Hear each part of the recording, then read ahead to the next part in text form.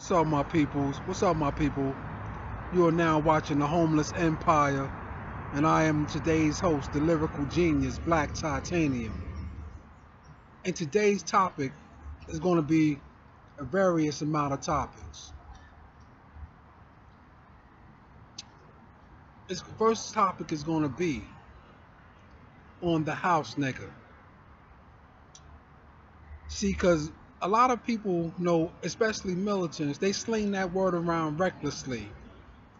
And although we all know what a house nigga is, I don't think we fully know the real meaning as far as the game of espionage goes. Because a lot of us are getting trapped off by house niggas. And house niggas can come in many forms. But the worst type of house niggas that there are is those who are disguised to cater to your ego. Because as you know, our weaknesses, are our desires. So this is how the devil and his followers attack us.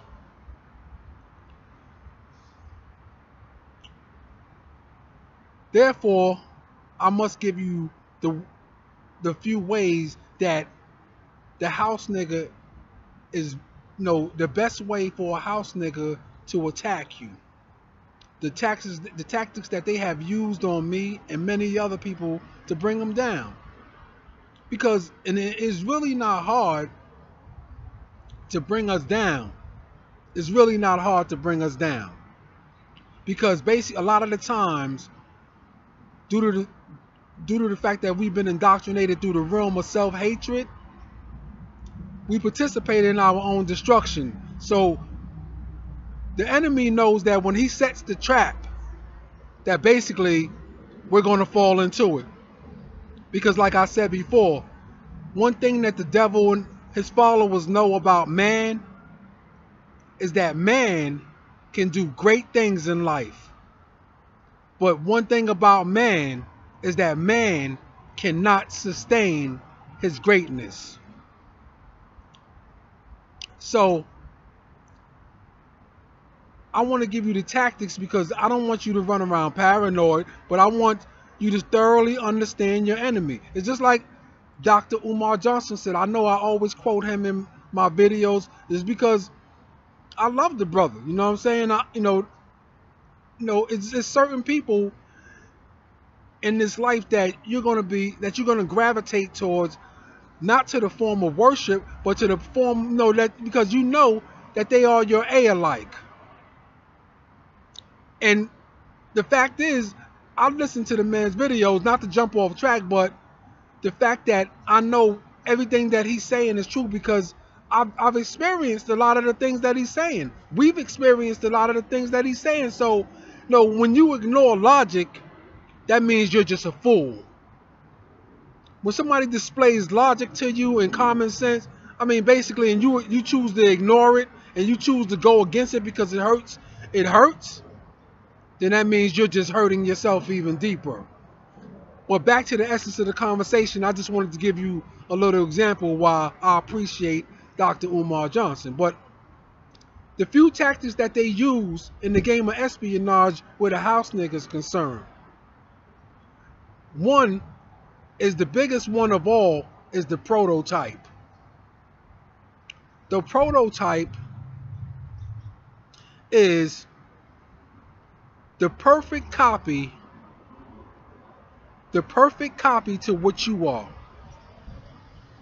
Now, when the feds have targeted you, when the feds have targeted you, they basically build prototypes to attack you. They come at you in the form of prototypes, your alike.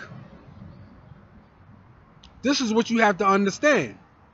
So, okay, let me give you an example. I'm a Muslim, right? So what they would do is everywhere I go,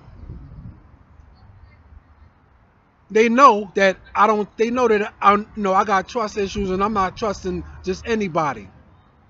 So what they would do they would basically, they come at you in the form of prototypes.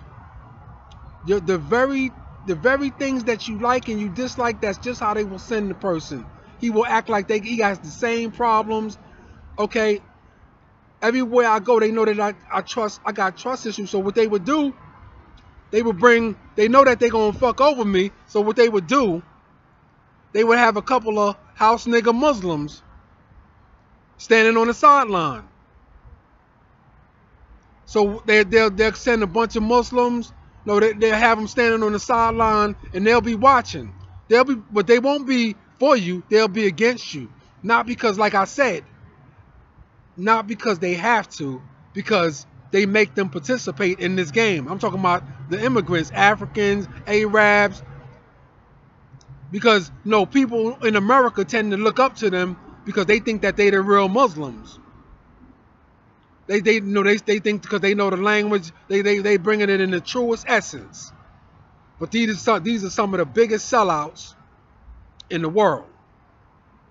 Well, back to the essence of what I was saying. When I get to the setting and they set up the stage before I get there, the whole stage will be set up. So they know that they're going to be doing me dirty. So just to cover their bases, they would have the house nigga Muslim standing on the sideline. And he'll be watching. He'll be all for it. He'll be part of the game. Or she'll be part of the game. So anybody that's like, slow and don't know about the house nigga, they will actually gravitate towards them because they think that they're dealing with the air like. But due to the fact that I know how the game go, and I've been, they've been hunting me down for many years now. I know how I've been through these settings before, and I've learned. I've got victimized, and I've learned from those experiences. So what they will do when they fuck over you, and you happen to get somebody to listen to you about the problem, and you take them to court or something, they'll have the house nigga Muslim testify against you and say, nah, they've been treating me good. They ain't do nothing to me. They ain't do nothing to him. I was standing right there. Understand me? And this not only works like this on that level, but it works on all levels. This is how they build your prototypes. They'll come to you saying, Aki, assalamu alaikum, I love you, da-da-da-da. I'm for you, you my brother. But these niggas are straight serpents, snakes. Okay, that's just an example. Okay? But back into the game of espionage, when they attack you, they'll attack you through the prototype. You like the color, green, blue, or whatever. They'll have people wearing that, and they'll walk up on you. Know what I'm saying? Trying to, they're agents. They're agent provocateurs, and their agents are very bold. Especially when, when you're in a setting where you really don't know nobody, or you're in a setting where they know that they got the consent of your people to fuck over you. That's the perfect setting for them. Because even though they don't intend to kill you when they play in the game of cat and mouse, but they basically know that they can use the house niggas against you. Only ones they gonna have on the setting is the house niggas. Everybody else they gonna clear out the way, and they're gonna be standing on the sideline. But everybody knows, they already told, because what your enemy and what the devil and his followers like to do, they like to instill fear in the masters. This is how, in the masses, this is how the devil, he feeds off his energy through people's fear. So so basically when he know that he about to fuck over his target, he'll make the masses watch. He'll alert them through the people that they know. No, he don't have to go to them straight up. Like I said, they could know somebody that knows somebody that knows somebody that know your brother. They can know somebody that knows somebody that knows somebody that can know your mother. And these people will be some of the most respected people in your community. And they'll send them to you they'll have their snitch go to them and send them to you and say, yo, I need you to talk to such and such about this. They'll either give you a warning or they'll basically be coming to basically fuck over you. But back to the essence. Because one of the biggest problems in our race is the house nigga. And many black women are house niggas. Because like I said, the sisterhood has been incorporated and inducted into the white man's evil system. So he you know, the Satan's favorite tool against man is a woman. So they know that they can send them to you easily and just turn your whole life upside down. So you gotta watch who you sleep with. You gotta screen. I know a lot of the times we just human. We look at women's bodies and we've been taught to lust, and those are deadly sins.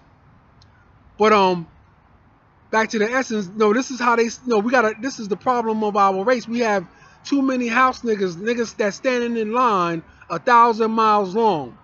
And I once heard Dr. Umar Johnson say in his videos that the problem is we don't have any rewards and punishments for people selling out in the neighborhood and people doing good in the neighborhood. We don't have any punishments for those who who use their own self-preservation in place of their people collectively and tend to have sellout tendencies. And when he said that, it threw me back into time, back into like the 70s, back in the day, when the Black Liberation Army and the Black Panther Party, they had little squads called the Drop Squad. And I know a lot of people that's old enough to think that far back, they remember the Drop Squad. What the Drop Squad was designated to do was that anybody that was selling out their families in the neighborhood, anybody that was running around cooning, selling out their people, they would actually follow them around, and then they would get them in a dark spot, and they would go snatch them up, and just throw them in the van, kidnap them, and take them to an isolated location, and they would educate them for 30 days straight. They would educate them for 30 days straight about about their history, because a lot of these people that do this, they don't know their history, and so if you don't know where you're from, you'll never know where you're going, and you have no problem lying, cheating, selling out, and doing the things that our people are doing today. So the Drop Squad would actually kidnap them, take them to an isolated location, and educate them. I mean, they wouldn't let them sleep. They would let them sleep 10 days out of that 30 days. They would actually be able to sleep for about 5 hours. And they wouldn't let them sleep. They would totally make them watch films about Malcolm X, about W.E.B. Du Bois, our legendary historians, who's part of our history. And then when the 30 days was up, they would let them go. But what that actually did, it made it not only educated the person, but it basically made them realize what they was doing to their families, what they was doing to their people, and they actually woke up, became better people for the better of our community. And that's what a lot of these gang members need. They need their ass kidnapped and taken into an isolated location to be educated, because they are some of the biggest undercover agents for the government to fuck over our race that I know. They don't add anything to the black community. They constantly bleed the black community dry. They hold our communities in captivity. They they rape and murder our women and children, and they hold the black women and children in captivity, hold them as hostages, and they constantly bleeding our communities dry. So if once you do that, whether you know it in your conscious mind state or your subconscious mind state, you have become an undercover agent for the government to fuck over your own race. And those type of people, before we start a revolution against anybody else, we have to excommunicate those people out of our race because they are a cancer. I'm not saying that, the difference is, see, what you got to understand about gang members. A gang. Whenever you make your allegiance to a gang, gangsters, you making a pledge to say you're going to rob, steal, lie, cheat every day. And it don't matter who you do it to, as long as there is nobody in your clique.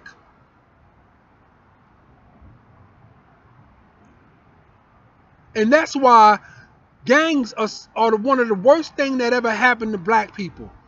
And the best thing that ever happened to a bitch ass nigga that could never stand on his own 2 feet. But like I was saying, a lot of those people, now I'm not saying that everybody in the gang is illiterate, because you got some smart people that's in there, but they have there's no longer a head to the body. Because the old niggas in the clique, they starting to become snitches. They becoming so bitter that their life didn't go nowhere, that they grabbing our youth and leading them astray. They so bitter that their life ain't go nowhere, that they just don't care what they do. So they need to be excommunicated out of our race, or they have to change what's the disease that's in their hearts and in their minds. We all do. See, the difference between a gang member and a regular person out here that does exactly the same thing is that a gang member can never wake up and say, I'm going to change for the better, because he or she is constantly under the pressure of their clique to stay the same way. They are constantly under the pressure of their clique to stay the same way. Whereas somebody who is not a gang member that does exactly the same thing can wake up any day and say, you know what, I'm changing for the better. And they don't have to worry about any pressures of a person saying, man, are you trying to change on me, man? Why are you trying to change now? So this is what I'm saying about gang. I don't mean to make the whole conversation about them, but I'm just giving you an example, so that when they see this, they can understand what I'm talking about. It's only logic and common sense. Before we start against anybody else in the revolution, we have to start with ourselves in our own backyards, man. I'm not knocking you if you smoke weed or drink drug, but or drink or smoke or whatever. I'm not knocking nobody. Ain't nothing wrong with having a good time. But there is something wrong with being consumed with sports and entertainment. And who wants to be around somebody that gets high every day, all day long? You have to know when to turn that shit off. I've smoked weed, and I don't care who see the video, but I knew when to turn it off. Because when you know when to turn it off, it just becomes recreational. But when you don't know when to turn it off, it becomes an addiction. But back to the essence of what I was saying. The house nigga is one of the biggest problems in our race. And it's never going to be it's never going to get cured because there's too many people doing it. We are surrounded by them niggas. If you ever get a chance, I want you to go online to YouTube and press up a book. It's an oral book called The Learned Elders of Zion. It was a book that was written in the 70s where they talked about today's time, how many agents they were going to have placed around, how many cameras they were going to have placed around. They wrote this book over 30 years ago. And everything they talked about came into fruition. So whenever you listen to the book, remember that you're listening to it in 1970. Don't listen to it as if you're in 2018. You got to listen to it as if you're in 1970. And then you'll understand, like, and then fast forward your mind back into these times and say, oh shit. They said that they were going to do that, and it's happening right now. So back to the house nigga. These are some of the biggest problems we have in our race. And the biggest ones are black women and a lot of gang members who have who are the reason why they're such a threat to our community is because a lot of people fear them because they dealing in the form of an army. You can't fight them niggas if it's just you. We know that. So that's why they're such a problem, because they could be pedophiles. A lot of them niggas are rapists, pedophiles, and everything else. But they're able to hide behind that shit right there. And you cannot even touch them. And this is the reason why there's such a big problem, a cancer of our race. And they need to be excommunicated if they're not going to get their shit together.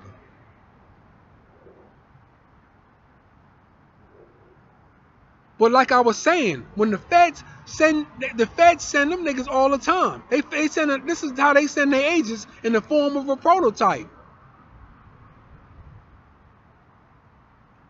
No, I've dealt with many types. I'm not to the point where I know how I can spot them. I got the gift to just spot them off the top. I'm never fooled by a nigga that plays hard on me. That's why I walk with no fear, because fear is your #1 enemy in that type of game right there. The devil works off of your fear.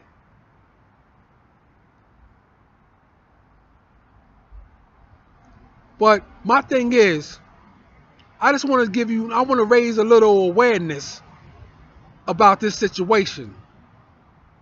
Because we'll never be able to get our shit together, man. We'll never be able to unite as long as we have agents in our race that are standing in line 1,000 miles long, eager to sell each other out. And that's real talk. And with that being said,